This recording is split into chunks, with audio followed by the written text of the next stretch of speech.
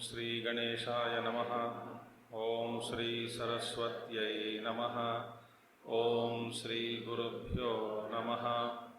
ओम समस्तजनकल्याणे निरतं करुणामयं नमामि चिन्मयं देवं सद्गुरुं ब्रह्मविद्वरं सद्गुरुं ब्रह्मविद्वरम्।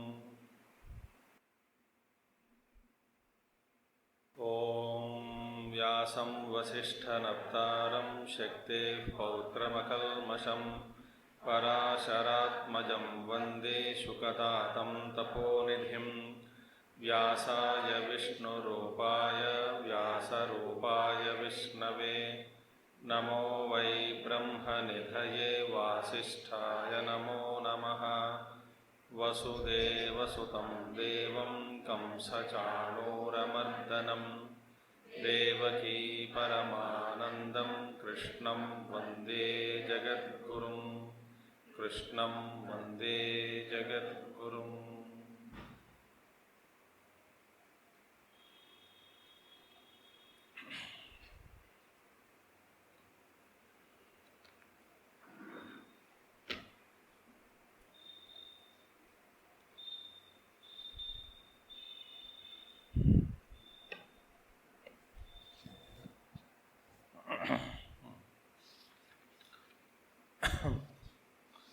क्षेत्रज्ञं चापि मां विद्धि सर्वक्षेत्रेषु भारत।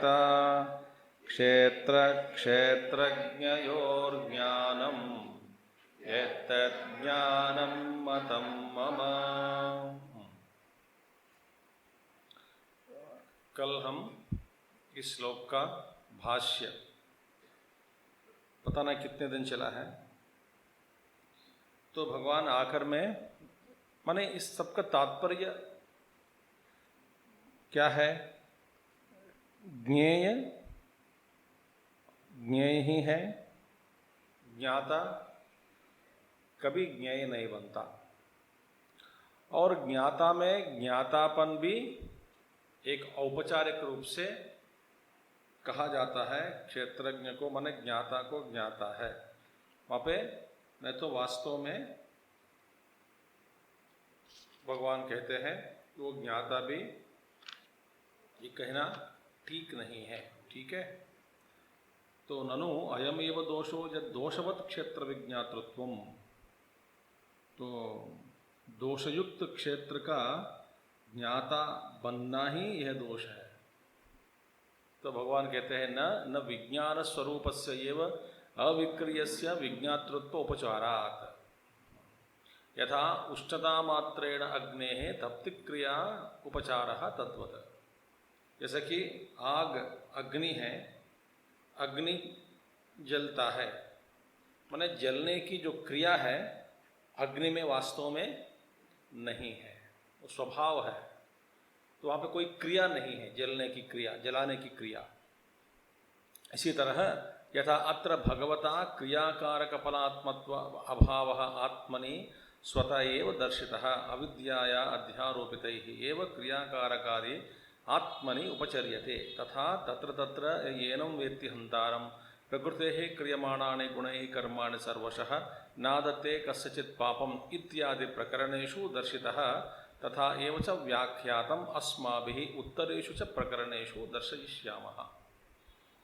तो भगवान कहते हैं, भगवद गीता में भगवान श्री कृष्ण स्पष्ट कह दिया कि क्रिया और कारक और फल इत्यादि आत्मा में आरोप किया गया है। वास्तव में ये आत्मा इन सबसे परे है, माने इसमें कोई क्रिया कारक फल इत्यादि आत्मा का स्पर्श नहीं कर सकते।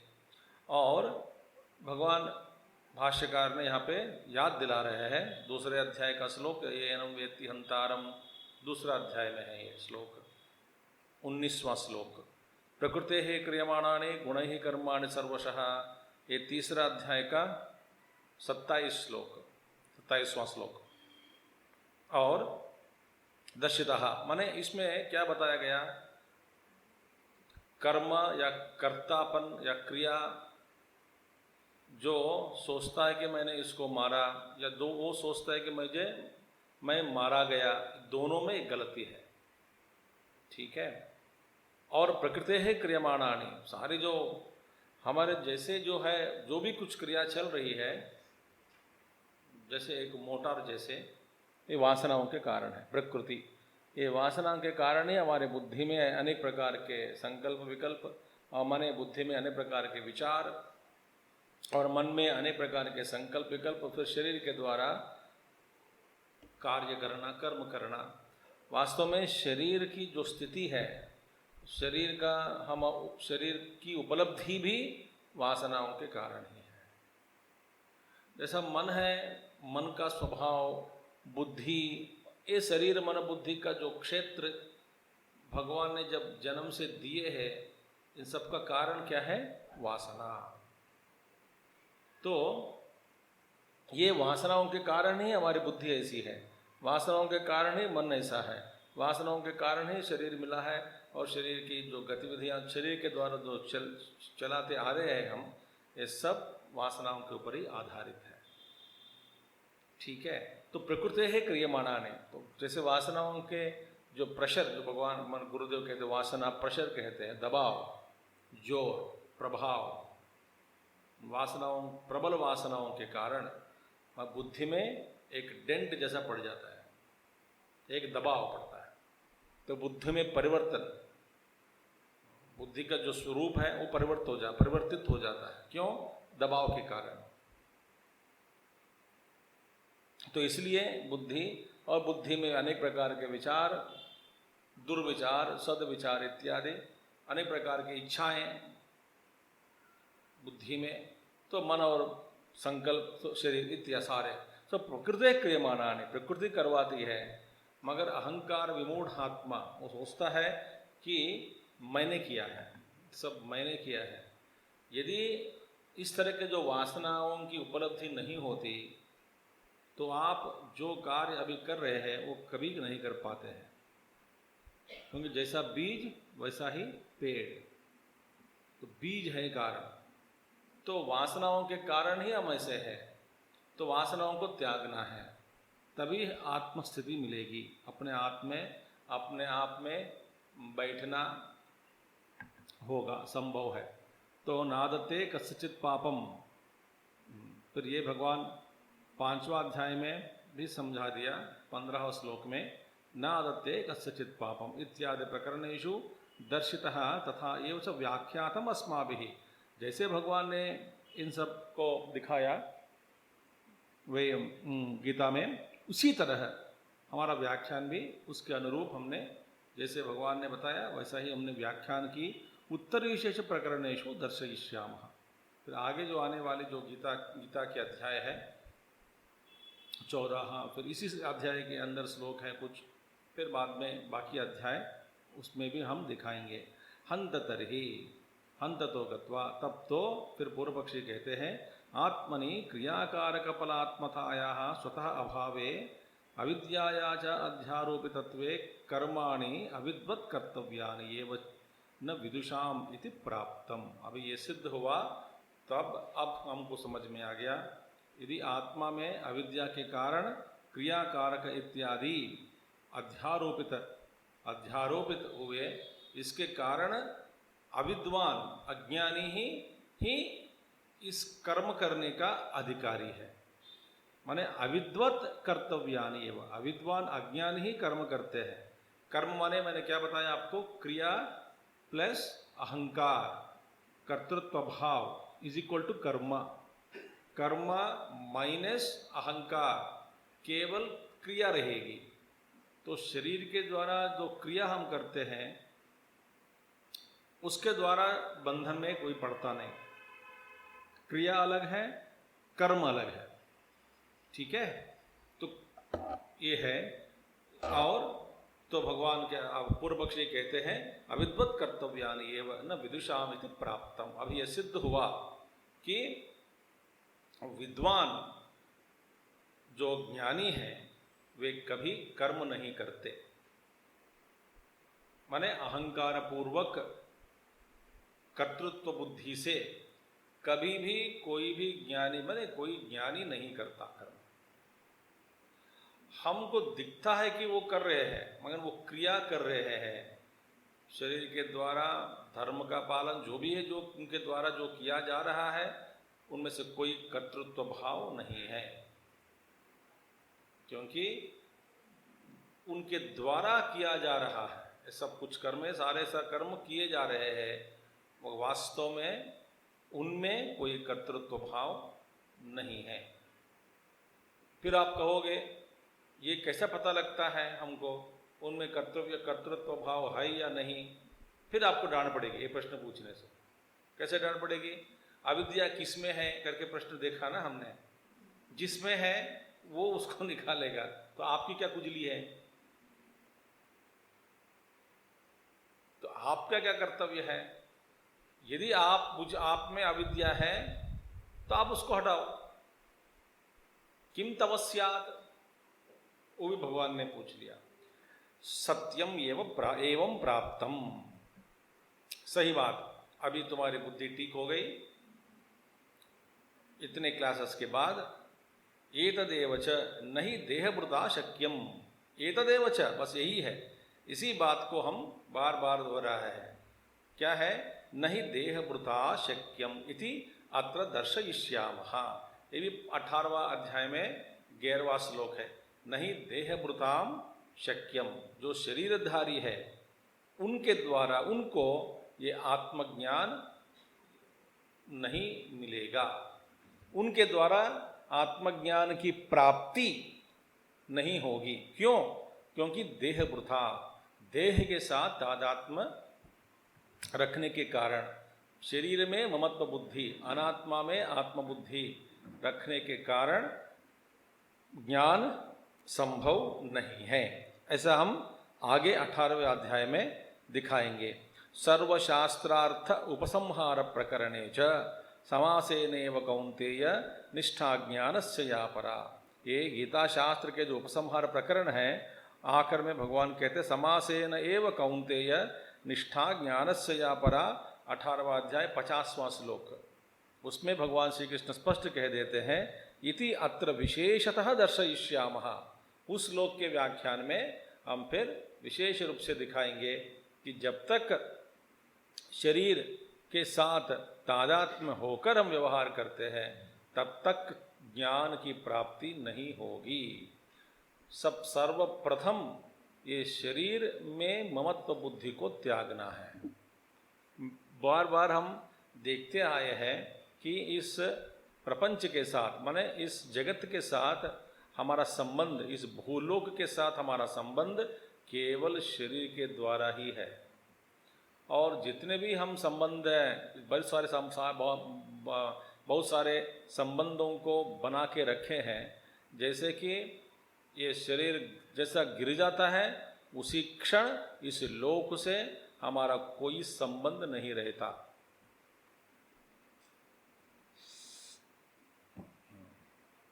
तो कोई संबंध नहीं है, बस हल्का फुल्का का संबंध है। ये शरीर बड़ा हल्का है, कब गिरेगा पता नहीं। देखिए, तो इसीलिए ऐसे जो नाजुक शरीर जो हम नहीं हैं और जिसके द्वारा सारा बंधन में हम पड़ गए हैं, सारे बंधनों में, इस शरीर के प्रति ममत्व बुद्धि को त्यागना ही हमारे पहला कर्तव्य है, साधना है। ममत्व बुद्धि को त्यागना माने शरीर को उपयोग करो सही ढंग से, उसका आदर करो। भगवान ने भाड़े पे एक घर दिया रहने के लिए। घर पे रहते समय घर को भी ठीक ठाक संभालो, उसकी निंदा मत करो, दूषित मत करो शरीर को व्यवहार से, आचार से, विचार से। शरीर देवालयम, देहो देवालय प्रोक्तः, जीवो देव सनातनः, त्यजेद अज्ञान निर्माल्यम सोहम भावेन पूजयेत। सो ये देह ही देवालय है, इसमें जो जीव है सनातन देव है। तो शरीर जैसे भाड़े पे जो घर पे हम रहते हैं, उस घर को बस अपना करके समझो, जब तक आप रहते हैं ठीक ठाक रखो, मगर उस घर के प्रति ममता नहीं होना चाहिए। Beautiful point. तो इसलिए कर्तव्यान समासेनेव कौन्तेय निष्ठा ज्ञानस्य या परा इति अत्र विशेषतः दर्शयिष्यामः अलम इह बहुप्रपंचेन इति उपसंह्रियते। अभी इस विस्तार की जो अभी आगे और विस्तार की आवश्यकता नहीं है, क्योंकि बहुत हो गया है, बहुत विस्तार से मैंने आपको समझा दिया। बहुत दिन चला है, पता नहीं कितने 2-3 महीने चला होगा। तो ये है अद्भुत भाष्य। एक बात मैं फिर दोबारा मैं आपको याद दिला देता हूँ, कई लोग हैं केवल इस भाष्य को रोज पढ़ते हैं साधना के रूप में। इस भाग को रोज पढ़ते हैं और ध्यान करते हैं। ध्यान माने बैठकर नहीं, व्यवहार में भी मन परमात्मा के ऊपर ही रखते हैं। चलो, यहाँ तक हमने, अच्छा आगे भी देखेंगे। इदं शरीरम इत्यादि श्लोक उपदिष्टस्य क्षेत्र अध्याय अर्थस्य संग्रह श्लोकः अयम् उपन्यस्यते। तत्क्षेत्रम यत् च इत्यादि व्याचिख्यासितस्य ही अर्थस्य संग्रह उपन्यासो न्याय्य इति। अब देखिए, भगवान 13वां अध्याय को नामकरण दिया, पहले भी नामकरण किए, फिर दोबारा भगवान यहाँ पर कह रहे हैं क्षेत्राध्याय। इस अध्याय का नाम शंकराचार्य, आदि शंकराचार्य ने क्षेत्राध्याय, क्षेत्राध्याये। देखिए, पहले भी क्षेत्राध्याय, क्षेत्र क्षेत्रज्ञ विभाग योग, इसका नाम बाद में आया है। भगवान शंकराचार्य उसको क्षेत्राध्याय कहा। और इस क्षेत्राध्याय शुरुआत इदम शरीरम कौन्तेय, इस श्लोक से आरंभ हुआ। ठीक है, इदम शरीरम इत्यादि श्लोक उपदिष्टस्य, इन श्लोकों, इस श्लोक इत्यादि श्लोक के द्वारा, श्लोकों से जो उपदेश किया गया है इस क्षेत्र अध्याय में, इसका अर्थ जो है संग्रह श्लोक, अर्थ का संग्रह श्लोक अभी अयम उपन्यस्यते, अभी इसका हम बताएंगे।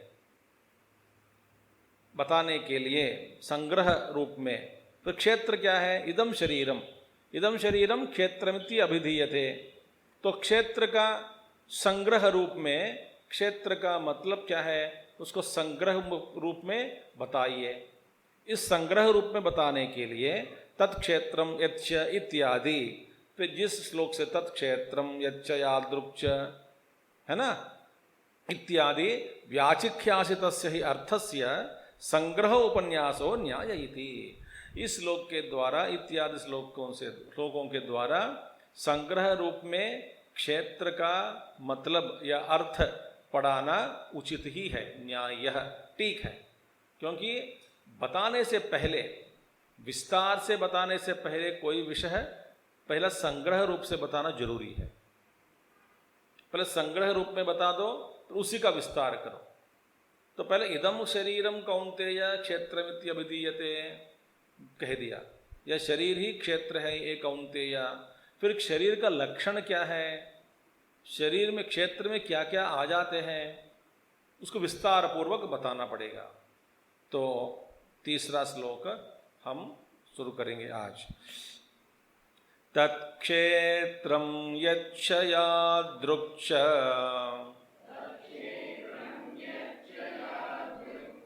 यद्विकार्यतश्च यत्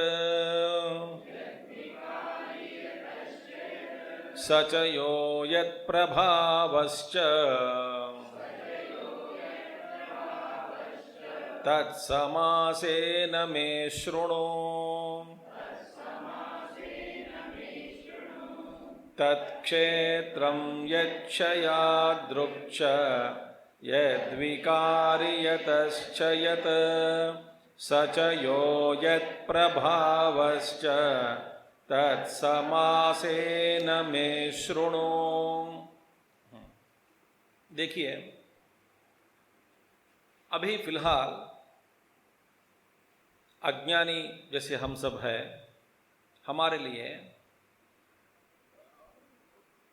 क्षेत्रज्ञ को क्षेत्र से अलग करना और उसमें क्षेत्रज्ञ का अनुभव करते हुए भी अज्ञान में पड़े हैं, जानते हुए भी नहीं जान सक रहे हैं, क्योंकि क्षेत्र का प्रभाव इतना है। तो इस विवेक में केवल क्षेत्रज्ञ का स्वरूप का वर्णन ही किया हो और क्षेत्र को एक वाक्य में छोड़ दिया जाए तो बात नहीं बनती, क्योंकि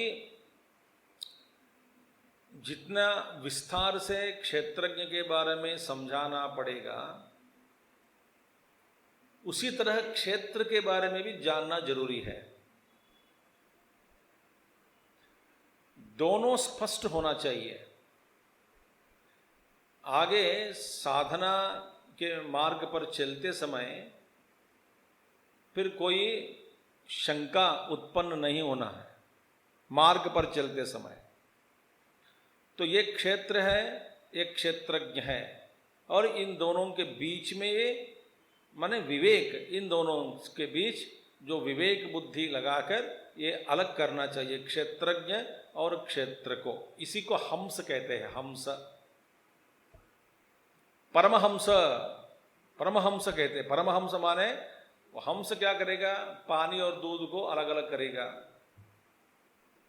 इसी तरह आत्मा अनात्मा को अलग करने वाला जो महात्मा लोग, साधक लोग हैं, जो कर चुके हैं, स्पष्ट कर दिए, अलग अलग कर सकते हैं, ये क्षेत्र है, एक क्षेत्रज्ञ है, स्पष्ट रूप से जान सकते हैं, उन्हीं लोगों का नाम है हंस, पारिव्रा हंस, परमहंस इत्यादि। क्योंकि उनके सामने स्पष्ट हो गया, मैं ये हूं, ये मैं नहीं हूं। तो क्षेत्र के संबंध में क्या क्या जानना है?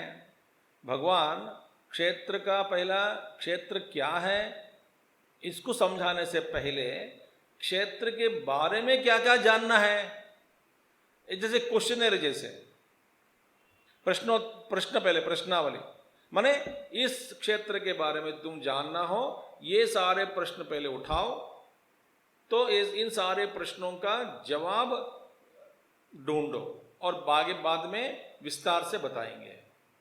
ठीक है, तुम कौन हो, कहाँ से आए हो, क्यों आए हो, कितने दिन रहोगे, क्या क्या करना चाहते हो। मैं ये सारे जो प्रश्न हम पूछते हैं, फॉर एग्जांपल होटल में जाएगा तो आप कहाँ, नाम क्या है, आपका पैन कार्ड कहाँ है, आपका जो अकाउंट नंबर क्या है, मोबाइल नंबर क्या है, ना, तो आप जो जानकारी पूछते हैं, इसी तरह मैंने क्या क्या जानना है वो भी जानना पहले। वो जानने के बाद उनको जानना। तो भगवान अभी संक्षिप्त में बता रहे हैं, विस्तार बाद में करेंगे क्षेत्र का विस्तार, पर संक्षिप्त में बताऊं करे, यद निर्दिष्टम इदम शरीरम इति। देखिए पहला तत्क्षेत्रम यद निर्दिष्टम, पहले निर्दिष्ट किया गया, वर्णन किया गया। पहला इदम शरीरम, पहला श्लोक में इति तत् शब्देन परामर्शति। पहले जो इदम शरीरम कहा ना, उस इदम शरीर को ही इस श्लोक में पहला पद क्या है, तत्। तो तत् रूपेण, तत् का मतलब क्या है, परामर्शति, संकेत करते हैं। परामर्श माने याद दिला रहे हैं आपको। तत् माने इदम शरीरम, तत्क्षेत्रम, तत्क्षेत्रम तत् कहाँ से आ गया, माने क्षेत्रम, इदम शरीरम, तो तत् इदम शरीरम जिससे तत् के रूप में परामर्शति संकेत करते। और इसके बारे में यत् च इदम निर्दिष्टम क्षेत्रम तद यादृक यादृशम स्वकीयैहि धर्मैहि च शब्दः समुच्चायार्थो यद विकारी यो विकारः अस्य तद यद विकारी यतः यस्मात् च यत् कार्यम उत्पद्यते इति वाक्यशेषः स च यः क्षेत्रज्ञो निर्दिष्टः स यत् प्रभावो ये प्रभावाः उपाधिकृताः शक्तयः यस्य स यत् प्रभावः च तत् क्षेत्र क्षेत्रज्ञयोः याथात्म्यं यथा विशेषितं समासेन संग्रहे संक्षेपेण में मम वक्तव्यः शृणु श्रुत्वा अवधारय इत्यर्थः। पहले यत् च इदम निर्दिष्टम क्षेत्रम, जो अभी पूर्वोक्त जैसा जो बताया गया क्षेत्र जैसा है, तद यादृक यादृशम माने पहला क्षेत्र जैसा है उसको वैसा ही बताना पड़ेगा। तो या तद यादृक माने यादृशम जैसा है, स्वकीय ही धर्म ही माने क्षेत्र का एक धर्म है, अपना धर्म है क्षेत्र का। क्या क्या धर्म है बताएंगे बाद में। तो अपने धर्मों के साथ स्वकीय ही धर्म ही, अपने वो क्षेत्र का अपने धर्मों के साथ जानना होगा। तो यादृक माने किस किस धर्म से वो क्षेत्र निर्दिष्ट किया गया, किन किन धर्मों के द्वारा इस क्षेत्र को हम जान सकते हैं, पहले वो धर्म जान लो, फिर ये जानने के बाद समझ में आ जाएगा। च शब्द समुच्चयार्थो, च शब्द जो भी है समुच्चय करने के लिए माने जो अभी लगातार चल रहा है उसको एक संबंध जोड़ने के लिए च शब्द समुच्चयार्थो यद विकारी, अब विकारी। अब देखिए क्या क्षेत्र क्या है, यादृक माने जैसा है उसके अपने धर्मों के साथ जानना, और यद विकारी उसमें विकार कितने विकार होते हैं क्षेत्र में, पहला जो है धर्मों के साथ जानो, उसमें दूसरा यद विकारी यो विकारः अस्य तद यद विकारी। और इसमें जो जो विकार होते हैं, विकार माने परिवर्तन, लगातार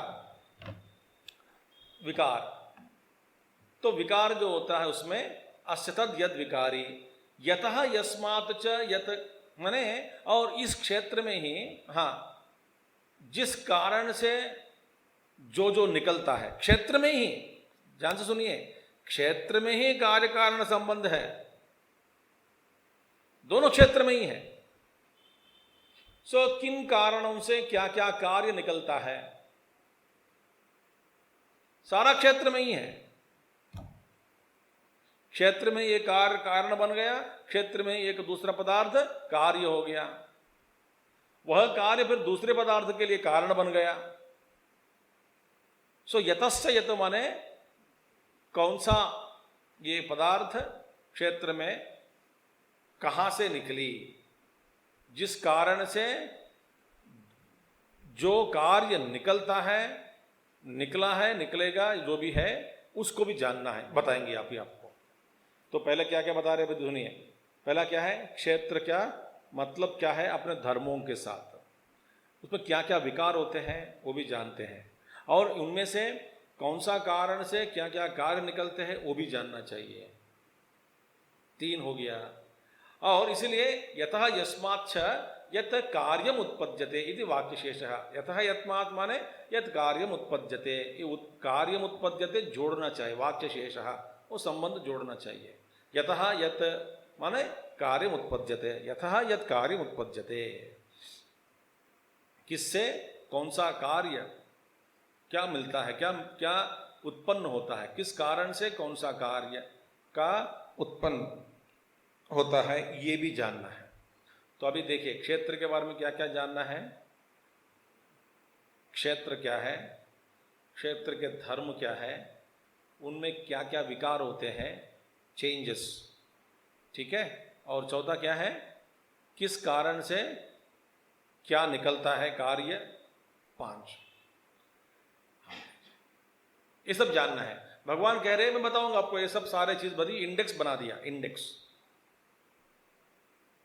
इंडेक्स बने उल्लेखा,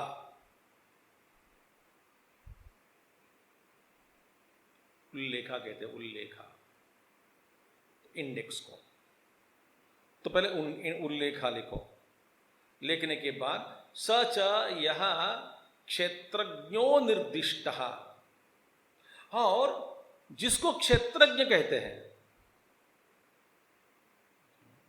स च यह क्षेत्रज्ञो निर्दिष्ट सह यद प्रभाव, ये प्रभावा अपादिकृता शक्तयो यस्य स यद प्रभाव। और बाद में क्या है, जिसे हम क्षेत्रज्ञ कहते हैं, कहा गया पहले कौन सा, इदं शरीरम कौन्तेय क्षेत्रमिति अभिधीयते एतद यो वेत्ति तम प्राहुः क्षेत्रज्ञः। क्षेत्र, जो क्षेत्र को जानने वाला जो है उसी का विस्तार हुआ ना। इदम शरीरम कौन्तेय के बाद फिर क्षेत्रज्ञम चापि मां विद्धि, वहां पे फिर भगवान जी का भाष्य, अद्भुत भाष्य। 2-3 महीने लग गए हमको पढ़ने में। तो अभी क्या है, तो जो क्षेत्रज्ञ, सच यो क्षेत्रज्ञो निर्दिष्ट, जो कहा, निर्दिष्ट माने बताया गया, कहा गया क्षेत्र के, यद प्रभाव, उसका प्रभाव क्या है। तो प्रभाव वाला माने उपाधिकृता शक्तयः, माने वो क्षेत्रज्ञ जो किन किन उपाधियों के द्वारा किस किस प्रभाव वाला बनते हैं। माने कान के साथ संबंध में रखने से सुनने वाला, सुनने का जो शक्ति है, सुनने की शक्ति आ गई। देखने की शक्ति आंखों के द्वारा अपना प्रभाव, तो यह भी जानना चाहिए। यस्य स यत् प्रभावः तत् क्षेत्र क्षेत्रज्ञयोः याथात्म्यं यथा विशेषितं समासेन संक्षेपेण में मम वक्तव्यः, मैं मम वक्त, मुझको भी बोलना है, संक्षेप में मैं आपको बताऊंगा। ऐसा भगवान ने सोचा, पहले उनको उल्लेख बता दिए, उल्लेखा क्या क्या है इसमें, और क्षेत्रज्ञ उनके प्रभाव, क्योंकि उपाधि के दौर संबंध में आने से उपाधियों का जो प्रभाव किस लिए है, क्षेत्रज्ञ के साथ संबंध रखने से ही होता है। यदि चैतन्य चला गया तो कोई अंग में, इंद्रिय में कोई प्रभाव नहीं है। इसकी कहानी हमने पढ़ी है ना उपनिषदों में, उमा हैमवती प्रत्यक्ष होती है। पहला ये वायुदेव आया है, एक घास वहां पे रखा गया, वायुदेव ने सोचा कि उड़ा देंगे अपने मेरे तेज से, प्रभाव से, कुछ नहीं हुआ। अग्नि आया जलने के लिए, कुछ नहीं हुआ। वरुण आया गीला करने, कुछ नहीं हुआ।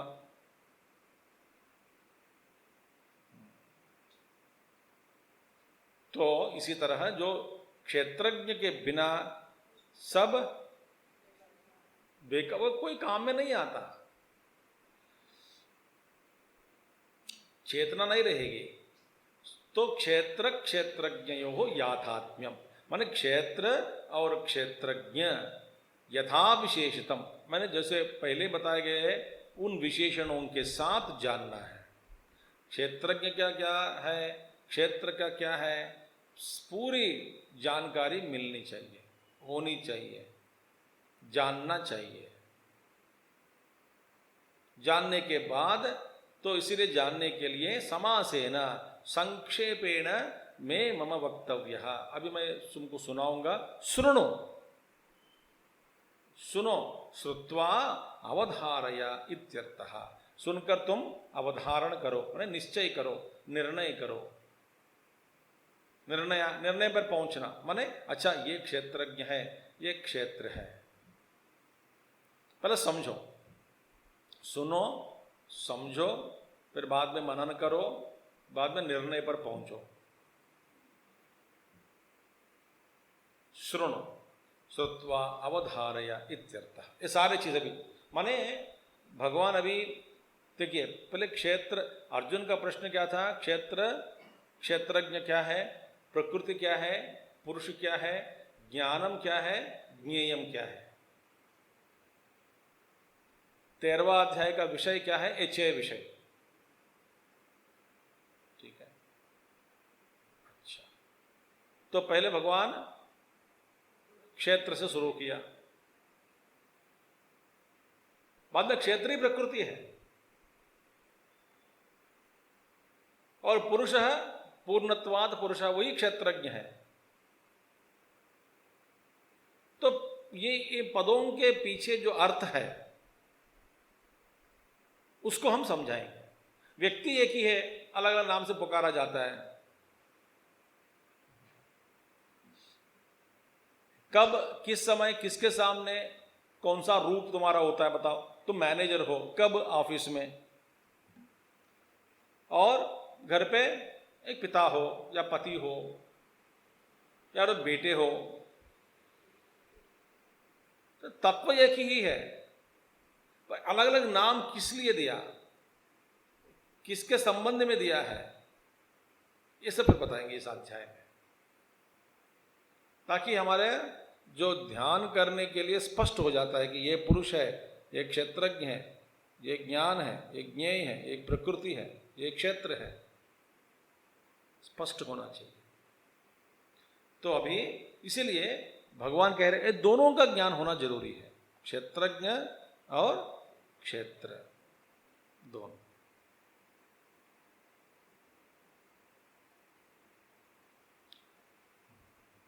ठीक है, अभी इसका विचार बहुत है, आगे चलते सकते और मैं रोक के रखता हूं।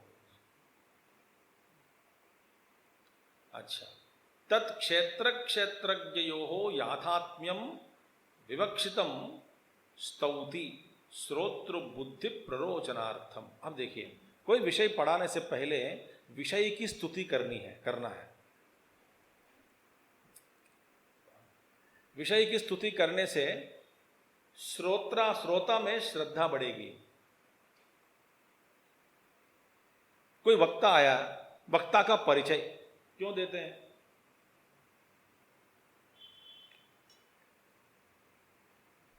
वक्ता का परिचय का उद्देश्य क्या है? कि श्रोताओं में उनके प्रति कोई रुचि जागृत होए।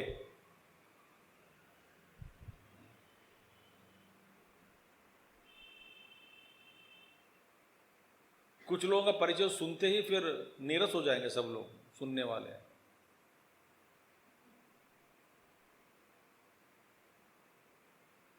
और कुछ लोगों का परिचय इतना बड़ा है लोग सो जाएंगे सुनते सुनते।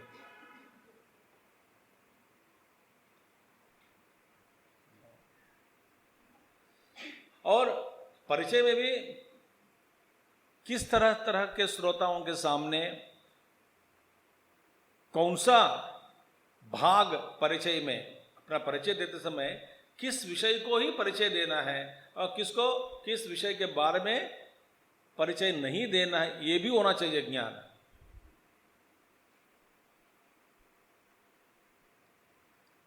लोग ये सब नहीं जानते हैं।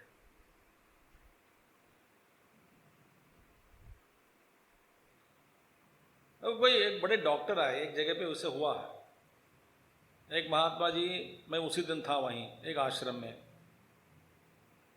वो महात्मा दो आश्रम के साथ जुड़े हुए कोई प्रख्यात वैद्य, वो नज़दीक एक बड़े छोटा सा गांव, बड़ा गांव, शहर भी नहीं है, उसमें वो रहता है। उनका कुछ छोटा नर्सिंग होम है कुछ। तो आजू बाजू जितने भी छोटे छोटे गांव वाले हैं, 150 या 200 गांव वाले इनको जानते हैं। तो उनको एक बार 15 अगस्त उस दिन उनको बुलाया। ये महात्मा जी स्कूल चलाते हैं बच्चों को फ्री, मुफ्त में। तो सारे बच्चे चिन्नू मुन्नू जुन्नू सब लोग, दस्तक है मगर बच्चे हैं सब, छोटे छोटे बच्चे भी हैं उसमें बहुत सारे। सब लोग बैठ गए कि किस लिए बैठे बताओ, जल्दी फ्लैग होस्टिंग हो जाए, हम सबको खाने के लिए मिठाई गिठाई कुछ मिलेगा। अब वहां पे उनके सामने ही बूंदी लड्डू सब रखा है। छोटा सा स्कूल है, ज़्यादा भी लोग नहीं है, कुल मिला के 100 लोग है समझो, और 150 लोग हो गए, ज़्यादा नहीं है, तो रखे हैं। तो ये डॉक्टर साहब आए हैं, तो उनको परिचय बच्चों को कैसे देना है? ये MBS कर चुके हैं, बाद में फॉरेन गए, MD कर चुके हैं, इसमें स्पेशलाइज्ड इन दिस स्पेशलिटी, वो बच्चों क्या मतलब है क्या? वो बच्चे से दिख रहे हैं। Nobody was keeping quiet, everybody was talking. अच्छा, ये परिचय में गड़बड़ हो गए। सोचा तो ठीक है, परिचय करने वाला गड़बड़ कर दिया, डॉक्टर साहब तो कम से कम कुछ अच्छे बोलेंगे। डॉक्टर साहब ने बोलना शुरू किया ब्रेन ड्राइव के बारे में। सबका ब्रेन ड्रिवन बच्चों के सामने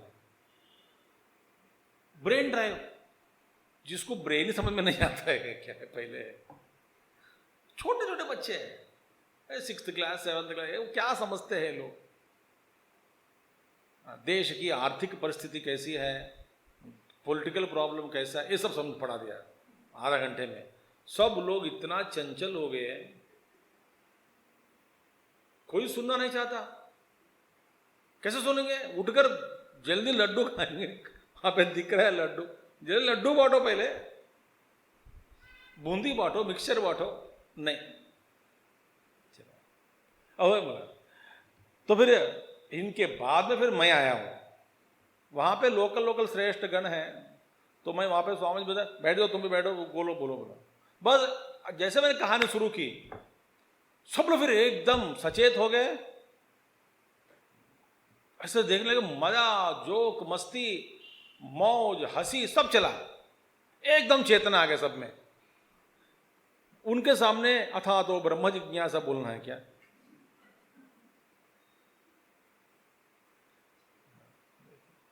इसीलिए पहले श्रोता के मन में कुछ स्फूर्ति बढ़े, रुचि बढ़े। इसीलिए भगवान श्री कृष्ण इस विद्या को ही तारीफ कर रहे हैं। देखिए, क्षेत्र क्षेत्रज्ञयो याथात्म्यम विवक्षितम, विवक्षितम माने वो बताने जो जा रहे हैं, विवक्षितम क्षेत्र क्षेत्रज्ञ यो हो याथात्म्यम विवक्षितम, जो बताने जो जा रहे हैं विषय, उस विषय के ऊपर रुचि पैदा करने के लिए भगवान पहले इस ज्ञान की स्तुति करेंगे। ये ऐसा ज्ञान है, इसको आप सुनोगे, ये आपको फायदा होता है। ये सब प्रवचन करने की जो एक शैली है, बार बार नहीं करना है। बच्चे हैं, कोई कुछ लोग हैं, बस इसका क्या प्रयोजन क्या है, इससे आपको क्या मिलेगा, पर इस ज्ञान की तारीफ करो, ज्ञान की स्तुति करो, विवेक की स्तुति करो। करने के बाद ऐसे ऐसे महात्मा लोग भी इसको पढ़ाया, ऐसे ऐसे महात्मा लोग इसके पीछे हैं, तो फिर सुनने वाले के मन में उत्साह बढ़ता है सुनने के लिए। अभी तक इस विषय को कोई नहीं पढ़ा, जितने लोग भी कोशिश की पढ़ने के लिए सब मर गए। तब ऐसा बोलने लगे, सुनने के लिए कोई नहीं आएगा, भाग जाओ यहां से, क्या विषय है। इसीलिए श्रोत्र बुद्धि प्ररोचनार्थम, देखिए, रुचि बढ़ाने के लिए श्री भगवान कहते हैं, ऋषिभिर बहुधा गीतम छंदोभिर्विविधैः पृथक् ब्रह्मसूत्रपदैश्चैव हेतुमद्भिर्विनिश्चितैः ऋषिभिर्बहुधा गीतं छन्दोभिर्विविधैः पृथक् ब्रह्मसूत्रपदैश्चैव हेतुमद्भिर्विनिश्चितैः। जिसके प्रति आदर भाव है,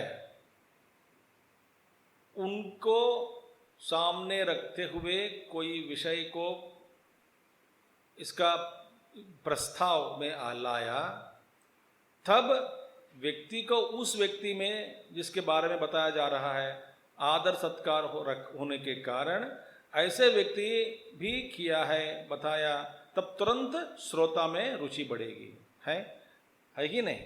और जिसके ऊपर मेरा कोई आदर नहीं है, सत्कार नहीं है, आप आके मुझसे कहोगे उन्होंने भी कहा, तो कि मुझे मैं क्या करूँ, उन्होंने कहा तो जाने तो बाढ़ में जाओ दोनों मिलके, तू भी जाओ साथ में। यदि तुम कहोगे कि एक ऐसे महात्मा जी ने बताया, तो एक विशिष्ट व्यक्ति ने बताए ये बात, तुरंत मेरे मन में जिसके ऊपर मेरा आदर सत्कार सद्भाव पूज्य भाव है, तुरंत मैं उनको स्वीकार करता हूं और सुनने के लिए मैं सम्मुख हो जाता हूं,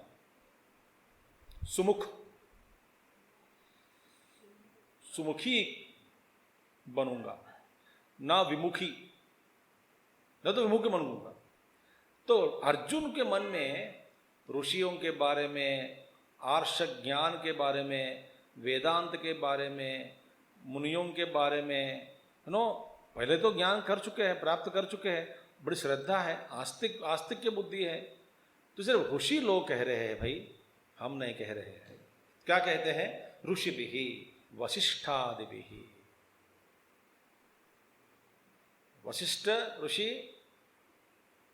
का ज्ञान जो है, ज्ञान का भंडार योग वासिष्ठ में, वशिष्ठ स्मृति में, सब कुछ ऐसे ग्रंथ है योग वशिष्ठ ऋषि के संबंध में। और उनके ज्ञान में भी उनकी निष्ठा है और कर्म में भी निष्ठा है उनके। तो वसिष्ठादिभिः ऋषिभिः बहुधा बहुप्रकारम गीतम कथितम। बहुधा बहुप्रकारम गीतम, क्या तारीफ किसका? इस ज्ञान का, ज्ञान की तारीफ, माने बहुप्रकारम गीतम कथितम, बहु प्रकार से कहा गया है। और कैसे कहा गया? छंदोभिः छंदांसी ऋग आदीनि तैः छंदोभिः, वैदिक मंत्रों के द्वारा, छंदों से द्वारा, माने ऐसे नहीं, दोनों जो बताते हैं छंदोबद्ध कहते हैं, छंदोबद्ध। ऋग्वेद आदि अन्य प्रकार के श्रुति ग्रंथ है, उन श्रुतियों को प्रमाण में रखते हुए इस ज्ञान को बहुधा बहुप्रकार, इस ज्ञान का क्या बोलते हैं, ज्ञान के बारे में गाना गाया, माने कथितम कहा गया।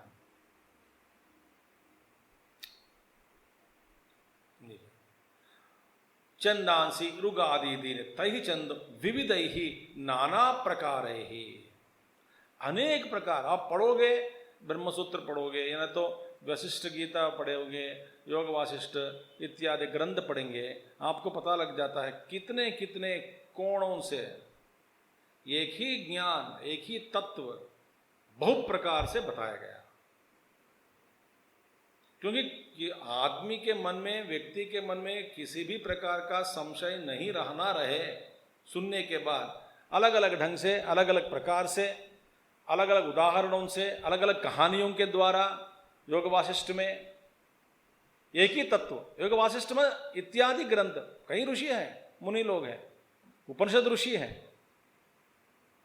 सभी लोगों के द्वारा पृथक विवेकतः, माने विवेचन करके, स्पष्ट करके गीतम कहा गया। ये ज्ञान अद्भुत ज्ञान है, क्षेत्र ज्ञान और क्षेत्रज्ञ ज्ञान। क्षेत्र क्या है और क्षेत्रज्ञ क्या है? एक ज्ञान बड़ा अद्भुत है। किंच ब्रह्मसूत्र पदैश्चैव हेतुमद्भिर्विनिश्चितैः न किंच ब्रह्मसूत्र पदैः च एव, माने ब्रह्मणः सूचकानि वाक्यानि ब्रह्मसूत्राणि। यहाँ पे ब्रह्मसूत्र का अर्थ दो प्रकार के हैं, दो प्रकार के अर्थ निकाला जा सकता है। कुछ लोग हैं जैसे कि आनंदगिरी, रामराय कवि इत्यादि लोग, कुछ लोग ब्रह्मसूत्र माने शारीरिक भाष्य, शारीरिक भाष्य माने ब्रह्मसूत्र का दूसरा नाम शारीरिक भाष्य। क्यों? जो शरीर में जो रहने वाला जो है उसके बारे में ज्ञान प्राप्ति भगवान व्यास जी ने कराया, इसलिए उसको शारीरिक भाष्य का नाम दिया है। शारीरिक भाष्य माने शरीरे भवः, शरीर में रहने वाला जो है, ठीक है, जीव और जीव का स्वरूप, तो ब्रह्मसूत्र। तो कई लोग हैं ब्रह्मसूत्र माने ब्रह्मसूत्र ही है। ब्रह्मसूत्र के द्वारा, ब्रह्मसूत्र में सूत्रों के द्वारा, वाक्यों के द्वारा, हाँ, इस तत्व के बारे में बताया गया, नहीं तो इस तत्व को जानने की कोशिश की और इसके बारे में गाना गाया, कहा गया, इन वाक्यों के द्वारा कहा गया, ब्रह्मसूत्र के द्वारा। दूसरा अर्थ क्या है, यहां पर भगवान कहते हैं ब्रह्मणः सूचकानि वाक्यानि ब्रह्मसूत्राणि। जिस वाक्य से ब्रह्म को सूचित किया गया, वो सारे वाक्य ब्रह्मसूत्र ही है। समझ में आया? अंग्रेजी में करना पड़ेगा क्या? अनुवाद करना बता दीजिए, फिर करेंगे अनुवाद अंग्रेजी में भी। जरूर नहीं ना? जिन जिन वाक्यों के द्वारा ब्रह्म सूचित किया गया, वह सारे वाक्यों को ब्रह्मसूत्र कह सकते हैं। तो ऐसे अद्भुत ब्रह्मसूत्र, ऐसे ब्रह्मसूत्र किस में मिलेगा आपको? उपनिषदों में मिलता है। प्रज्ञानम ब्रह्म आत्मा वेदगम सर्वम तत्वमसि अहम ब्रह्मास्मि सर्वं कल्पितं ब्रह्म सत्यम ज्ञानम अनंतम ब्रह्म,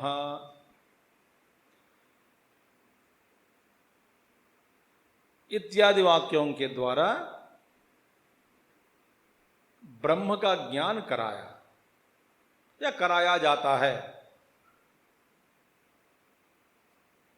तो ब्रह्मसूत्र ब्रह्मणः सूचकानि वाक्यानि ब्रह्मसूत्राणि।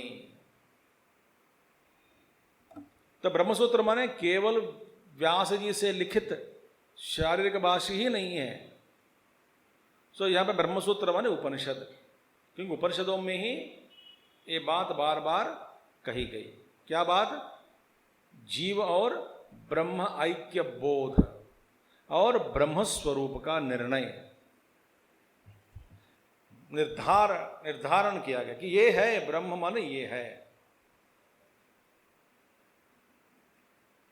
तो ये ऋषि मुनि लोग ब्रह्मसूत्र पदैहि तैहि पद्यते गम्यते ज्ञायते ब्रह्म इति तानि पदानि उच्यन्ते।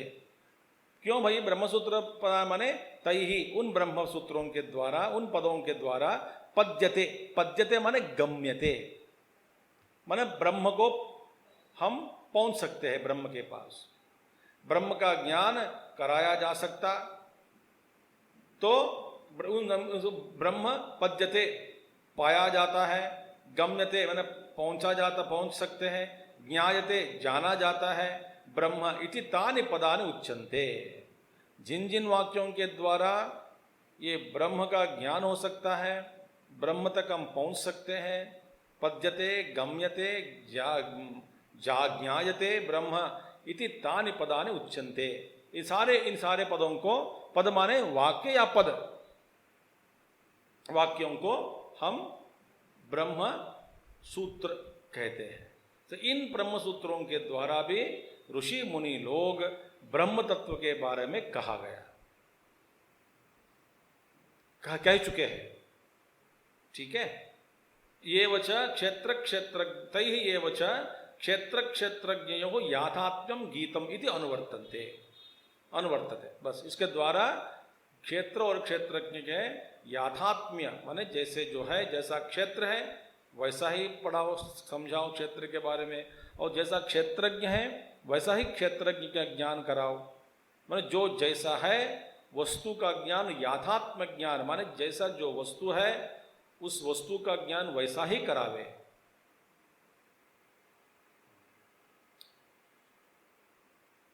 तो यथात्मं गीतम इति अनुवर्तते। आत्मा इति एव उपासीत इत्यादिभिः ब्रह्मसूत्रपदैः आत्मा ज्ञायते। तो केवल आत्मा ही आत्मा इति एव उपासित, सब कुछ आत्मा ही है ऐसा जानकर उपासना करे। ऐसा इन ऐसे वाक्यों के द्वारा, ब्रह्मसूचक वाक्यों के द्वारा भी आत्मा का ज्ञान हो सकता है, जाना जाता है, आत्मा जाना जाता है। इत्यादि भी ब्रह्मसूत्र पद ही आत्मा ज्ञायते, आत्मज्ञान होता है। और आत्मा ज्ञायते माने जाना जाता है, ज्ञायते। हेतु मत भी, और देखिए ये इन सारे ये महात्मा लोग, ध्यान से सुनिए, कोई भी है, कोई भी एक विषय है तो न्याय सिद्धांत में हेतु प्रतिज्ञा, हेतु उदाहरण और उपनय और निगमनम, ऐसा एक 5 चीज होते हैं। माने वेदांत का 5 अलग है। पूर्व पक्षी होता है, फिर उत्तर देते हैं, फिर निर्णय पर पहुंचते हैं, विषय क्या है, फिर शंका क्या है, विषय क्या है ये है, इसमें शंका क्या है, फिर पूर्व पक्षी का जो पूर्व सिद्धांत, पूर्व पक्षी क्या बोलते हैं, उत्तर, फिर चौथा उत्तर देते हैं, बाद में 5वां निर्णय करते हैं। ये 5 वेदांत में, मीमांसा में। न्याय में प्रतिज्ञा वाचकम, प्रतिज्ञा एक वाक्य है। हेतु क्या है, जैसे कि पहाड़ पे ऊपर कुछ आग है, देख आग है, प्रतिज्ञा, वहां पे आग है, ये उदाहरण देते हैं। पर हेतु क्या है, यत्र धूमः तत्र अग्निः, वो हेतु है। पहाड़ के ऊपर आग है, कैसे पता चला आपको, प्रतिज्ञा कह दिया, ये वहां पे आग है, प्रतिज्ञा वाक्य। हेतु क्या है, यत्र धूमः तत्र वह्निः, जहाँ पे जो स्मोक होता है, धूम, वहाँ पे अग्नि होना चाहिए, अग्नि के बिना ये धूम निकलता नहीं, ये हेतु हो गया। उदाहरण फिर देते हैं, फिर ऐसा 1-5 है। तो हेतु मत भी ही विथ रीजनिंग, हेतु मान रीजन, ऐसे कि नहीं है सिद्धांत प्रतिपादन कर दिया, मानने के लिए कोई तैयार नहीं है। हमने देखा ना, अभी 2 महीने से हम देखते आए हैं, छोड़ता नहीं पूर्व पक्षी, हेतु चाहिए, हेतु।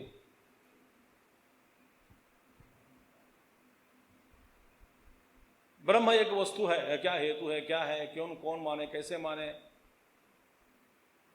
हेतु मत ही। और युक्ति युक्त ही, युक्ति माने हेतु माने युक्ति युक्त ही, हेतु माने युक्ति, युक्ति के साथ, विनिश्चित ही, न संशय रूप ही। ऐसा ज्ञान कराओ, सुनने वाले में कोई संशय नहीं रहना है। तो ऋषि भी बहुधा गीतम, अनेक प्रकार से इस ज्ञान कराया, सुनाया, ज्ञान के बारे में कह चुके हैं। कैसे कह चुके हैं, छंदोभिः विविधैः पृथक ब्रह्मसूत्र पदैश्चैव हेतुमद्भिः, देखिए हेतुओं के साथ, ब्रह्मसूत्र पद के द्वारा, पदों के द्वारा, फिर विविध अनेक प्रकार ही, छंदोभिः, छंदोबद्ध होकर ऋग्वेद इत्यादि मंत्रों के द्वारा गीतम गाया, और आखिर में विनिश्चित ही, न संशय रूप ही, निश्चित प्रत्यय उत्पादक ही इत्यर्थः। माने ये निश्चय ज्ञान कराने की जो प्रक्रिया है, उन प्रक्रियाओं को अपनाकर ये ऋषि मुनि लोग ब्रह्मज्ञान के बारे में, ब्रह्मज्ञान को का ज्ञान गाया, ब्रह्मज्ञान का गान मैंने कहा गया, ब्रह्मज्ञान के ऊपर, ब्रह्म के बारे में, माने युक्ति सहित सुनिश्चित ही, कोई फिर संशय नहीं रखना, निश्चित प्रत्यय उत्पादक ही।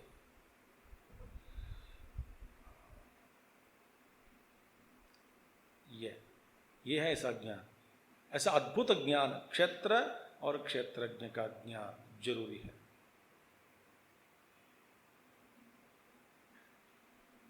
ठीक है। स्तुत्या अभिमुखी भूताय अर्जुनाय आहा, और अर्जुन अभिमुखी हुए, स्तुति सुनकर एकदम भगवान कृष्ण के चेहरे पर देखा। ऐसा है क्या? हाँ, स्तुति के सुनकर अभिमुखी भूताय अर्जुनाय आहा। अर्जुन फिर भगवान की ओर देखे, ते ऋषि लोग गाना गाए, छंदोभिः हेतुमद्भिः विविध प्रकारैः, माने बहु प्रकारैः विविधैः ब्रह्मसूत्रपदैश्चैव सुनिश्चितैः विनिश्चितैः। तो अर्जुन एक बार एकदम सावधान हो गए। अब सुनो क्षेत्र क्या है। क्षेत्र क्या है, पहले क्या है, क्षेत्र क्या है, उसका धर्म क्या है, तीसरा विकार क्या है, चौथा किससे क्या उत्पन्न होता है, कौन सा कारण से क्या क्या कार्य निकलता है, ये सारे उत्पद्यते वाक्य, ये सब फिर क्षेत्रज्ञ के संपर्क में होने से क्षेत्र में कुछ प्रभाव आ गया। कौन सा प्रभाव है, इंद्रियों में एक प्रभाव अलग है, प्राण में एक प्रभाव अलग है, मन में प्रभाव अलग है, बुद्धि का प्रभाव अलग है। ये सब क्यों, जो शुद्ध चैतन्य है पीछे, इसलिए ये सब अपना अपना प्रभाव दिखाते हैं। जब वो हट गया कुछ नहीं रहता है। ठीक है, तो अभी क्षेत्र का ज्ञान करा रहे हैं भगवान। महाभूतान्यहंकारो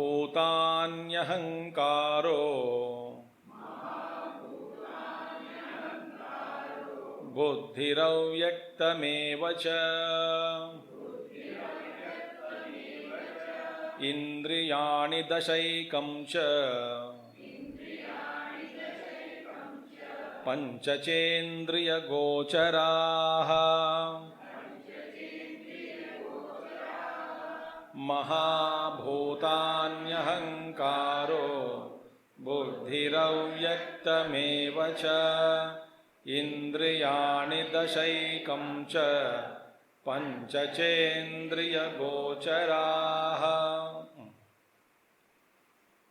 देखिए, महाभूतानि, महाभूतानि माने महांति च तानि सर्वविकार व्यापकत्वात् भूतानि च सूक्ष्माणि। ये महाभूत माने आपको जो दिख रहा है वो महाभूत नहीं है, तन्मात्रों के बारे में कह रहे हैं। क्या महांति च, ये तो महान है। क्यों, ये सृष्टि में ये तन्मात्र महाभूत जो है, पंच महाभूत व्यापक है, सर्व विकार व्यापकत्वात्। ये सारा प्रकृति क्या है, विकार जातम, विकारों से भरे है प्रकृति। और सृष्टि में क्या है, सृष्टि ये पंचमहाभूतों की, ये उसी की सृष्टि। और पंचीकरण के बाद जो दिखता है वो सृष्टि, मिलावट के बाद हम जो देखते हैं वो मिलावट के बाद, तन्मात्र को देख नहीं सकते। मगर इन तन्मात्रों के द्वारा ये सारे जो विकार पूर्वक जो जगत है उसे सब व्याप्त है। सर्व विकार व्यापकत्वात् भूतानि च सूक्ष्माणि। तो सूक्ष्म भूतानि, सूक्ष्म भूतानि पंच महाभूतानि सूक्ष्माणि। आकाशा पृथ्वी सब, आकाशा वायु अग्नि जल और पृथ्वी तत्व तन्मात्र, इस सारे जो जगत में व्यापक है, व्यापक है। एक ऐसे एक प्रचार में आया है कुछ जोक माने समझाने के लिए। विज्ञानी, विज्ञान शास्त्री एक वो कहने आए हैं सभी लोग, कुछ 4-5 लोग मिलकर, साइंटिस्ट, कि देखिए हमारी जो विज्ञान शास्त्र इतना बढ़ गया, जी मर्जी जो चाहिए हम उसकी सृष्टि कर सकते हैं, तो ब्रह्मा क्यों, हम सब कुछ कर सकते। तो ब्रह्मा के पास चले गए चैलेंज करने के लिए, आप उतर जाओ गद्दी से, हम बैठेंगे। तो ब्रह्मा जी ने बोला कि आप क्या क्या बना सकते हो? सब कुछ बनाएंगे हम। तो ब्रह्मा जी ने बोला एक मटका बना के दिखाओ। है मटका? इज्जत का सवाल है। नहीं नहीं, बस ये मटका बनाओ काफी है। तो मिट्टी लिया, फिर तुरंत ब्रह्मा जी ने, ये मिट्टी मैंने बनाई, तू अपनी मिट्टी बना के बनाओ।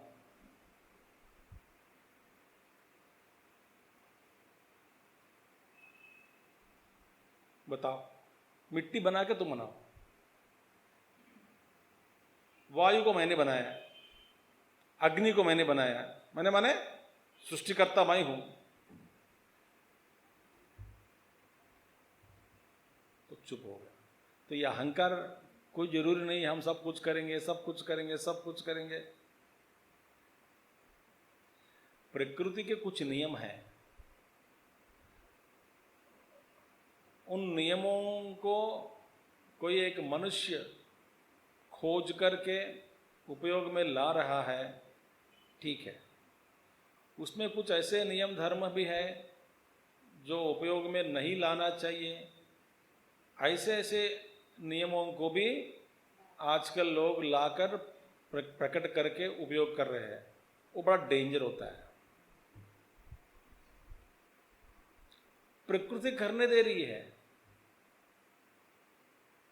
क्योंकि मनुष्यों को सिखाना एक ही तरीका है, अनुभव से। आदमी अनुभव करने के बाद, बुरा अनुभव के द्वारा गुजरने के बाद इनमें जो परिवर्तन आता है ना, वो शाश्वत है।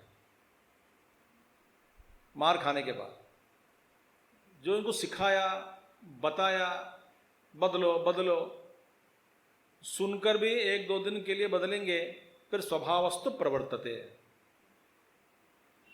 अपने स्वभाव को बदलना बड़ा कठिन है। कोई भी स्वभाव, तो ये दुष्ट स्वभाव, दुर्स्वभाव जो है अंदर, बुरे आदतें, उनको बदलना आसान नहीं है। मगर कई बार तो सावधान भेद दंड, आखिर में प्रकृति भी दंड देती है। दंड खाने के बाद फिर आदमी में जो परिवर्तन आता है, नहीं आया तो फिर दोबारा दंड देगी। मगर दंड खा खा के एक दिन परिवर्तन होता ही होता है उनमें। वो परिवर्तन शाश्वत है। इसीलिए महाभूतानि तन्मात्रा, सारी जो तन्मात्र से व्याप्त है, तन्मात्र सृष्टि में व्याप्त है। स्थूलानि तो इंद्रिय गोचर शब्देन अभिधायिष्यन्ते। ये मत शंका मत करो कि हम देख सकते हैं पंचमहाभूतों को, नहीं। एक स्थूल पंचमहाभूत क्या है? इंद्रिय गोचर है। जो इंद्रिय गोचर है वो स्थूल महाभूत, जो इंद्रिय गोचर नहीं है मगर ये सारे जो सृष्टि में व्याप्त है, वो सूक्ष्म तन्मात्रा। तो उसके बारे में भगवान कह रहे महाभूतानि सूक्ष्म तन्मात्रा, सूक्ष्म भूतानि। अच्छा, अहंकारः महाभूत कारणम। इन पांचों महाभूतों का कारण क्या है? अहंकार।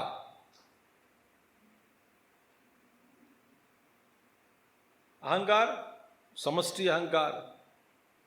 तो पहला अहंकार का जो होता है, उससे ये सब सृष्टि निकली। अहंकारः अहम प्रत्यय लक्षणः।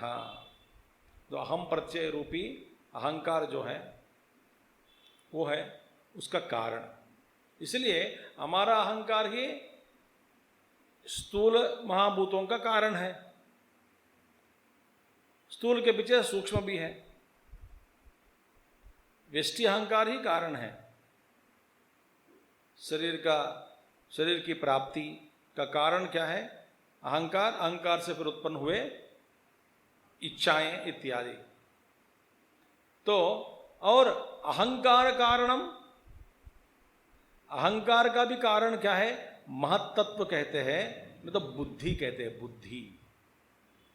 अहंकार का भी कारण क्या है? बुद्धि, महत्तत्व।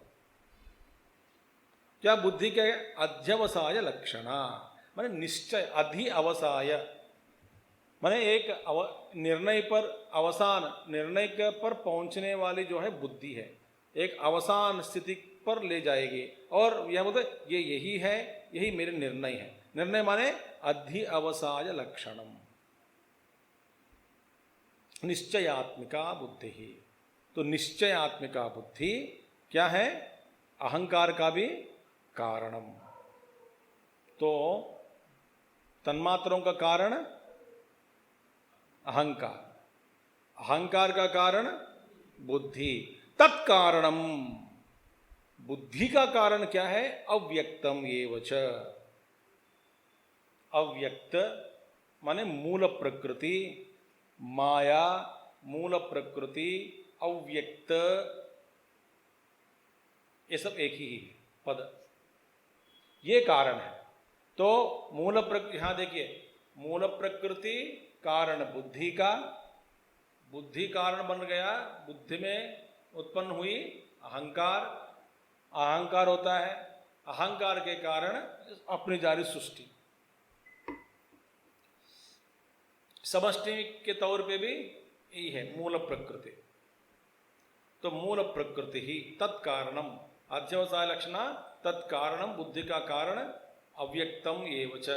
न व्यक्तम अव्यक्तम, ये तो व्यक्त नहीं है, सूक्ष्म है, देख नहीं सकते, माने इंद्रिय अगोचरम। इंद्रिय गोचर क्या है? आपने पढ़ा होगा तत्वबोध, पंचीकरण, तन्मात्राओं से ये स्थूल महाभूत की सृष्टि कैसे हुई, कैसी हुई इसकी सृष्टि, स्थूल महाभूतों की सृष्टि। वहां पे फॉर्मूला बताया गया, आधा आकाश, इस आकाश क्या है? पंचीकृत आकाश। ये पंचीकृत आकाश माने इसमें आधा आकाश और 1/4 बाकी 4, तो बाकी 4 1/4 1/4 आधा हो गया, तो आधा हो गया, ये आधा हो गया, तो 1 हो गया। इसी तरह वायु में आधा वायु, फिर बाकी 4 1/4 1/4, तो ये मिलावटी है, इसमें मिलावटी, कोई शुद्ध नहीं है। तो ये इंद्रिय गोचर हो गया। इसको हम देख सकते हैं इंद्रियों के द्वारा, मगर सूक्ष्म तन्मात्रा जो है वो देखने में नहीं आते। तो अव्यक्तम, न व्यक्तम अव्यक्तम, अव्याकृतम, ये क्या है? अव्याकृत माने, व्याकृत माने एक्सपेंशन, बीज रूप में है अव्याकृत। विशेषेण आकृति, विशेष आकृति धारणम, विशेष आकृति धारणम व्याकृतम, माने अनेक प्रकार के आकार धारण करते हैं, तो बीज है, अव्याकृत रूप में बीज है, पेड़ का अव्याकृत रूप बीज है। फिर विविध आकृति ले ली, उसी पेड़ से, उसी बीज से जड़ भी निकला, पेड़ के जड़े, फिर डाले, फिर पत्ते, फूल, फल, वैरायटी, सब कुछ। आकृति अलग है, धर्म अलग है, रुचि अलग है, रंग रूप सब कुछ अलग है, इसका गुण भी अलग है। फल का गुण अलग है, देखिए एक ही बीज है। बीजस्यान्तरिवांकुरो जगदिदं प्रांग निर्विकल्पम पुनः। बीजस्यैव अंकुर, जैसे बीज के अंदर जो है अंकुर, सब सारा जगत इसमें है। वटवृक्ष का जो बीज बहुत छोटा होता है, उसमें सारा वटवृक्ष छिपी है। तो आकृतम, अव्याकृतम माने बिफोर नहीं, पूर्व। ये मेरी सावधानी का नाम है, साधना है। मैं भी सावधान से रहता हूं, कहीं ना कहीं अंग्रेजी निकलना ही नहीं चाहिए। तो ठीक है, ये व्याकृत, अनेक प्रकार के आकृति धारण करने से पूर्व की स्थिति जो है वो अव्याकृत है।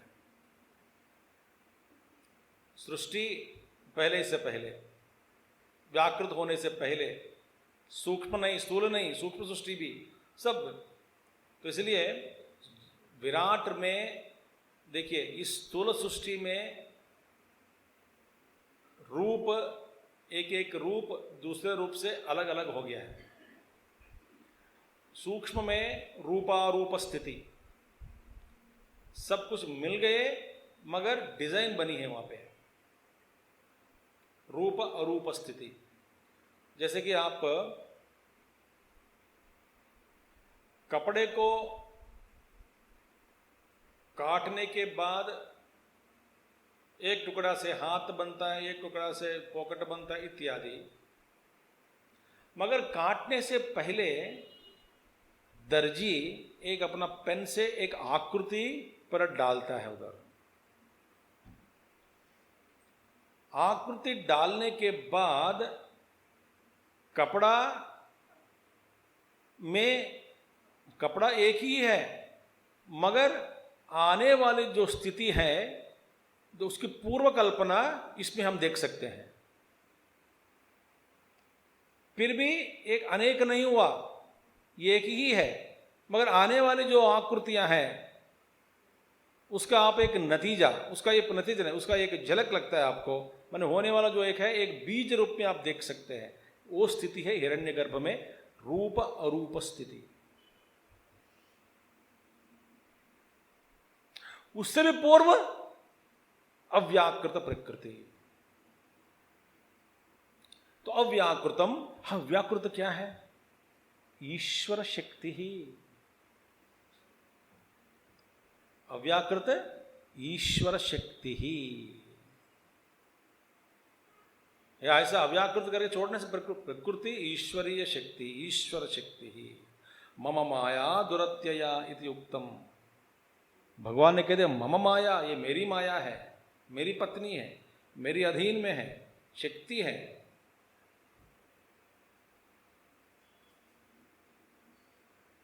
ये प्रकृति है, ईश्वरी शक्ति। येव शब्दः प्रकृति अवधारणार्थम एतावती एव अष्टधा भिन्ना प्रकृति ही। तो एव शब्द बुद्धि अव्यक्तम एव च, एव इज देयर नो वहां पे।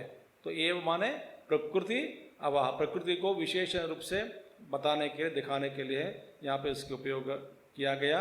एतावत एव अष्टधा भिन्ना प्रकृति। देखो, महाभूतानि अहंकारः बुद्धि अव्यक्तमेव च इंद्रियाणि दशैक असभ्य नो अष्ट। भगवान ने क्या कहा? भूमिरापो अनलो वायु कम मनो बुद्धिरेव च अहंकारती यम्मे भिन्ना प्रकृति अष्टधा। ये मेरी अष्टधा भिन्न प्रकृति है।